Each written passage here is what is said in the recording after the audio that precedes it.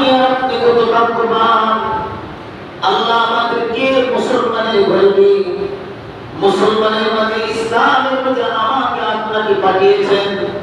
তবু আমার আল্লাহ তাআলা বলেছেন তোমরা পরিপূর্ণভাবে ইসলামের মধ্যে দাখিল হও, পরিপূর্ণভাবে তোমরা ঈমানদার হও, পরিপূর্ণভাবে তোমরা মুত্তাকিন হও। বলেন সুবহানাল্লাহ। এখন আমি আপনি চিন্তা করেছেন যে আল্লাহকে ভালোবাসি, আল্লাহকে পেতে চাই, আল্লাহর গোলামি করব, আল্লাহর ইবাদত করব, কিন্তু আপনার অন্তরে নবীর প্রতি সামান্যতম ভালোবাসা নাই, নবীর প্রতি কোনো মহব্বত নাই, নবীর কথা আপনি শুনতে পারেন না। যতই আপনি আল্লাহর ইবাদত করেন, নবীর ভালোবাসা না থাকার কারণে আপনি পূর্ণ ঈমানদার হতে পারবেন না, ইসলামের মধ্যে পরিপূর্ণভাবে আপনি দাখিল হতে পারবেন না। বলেন নাউযুবিল্লাহ।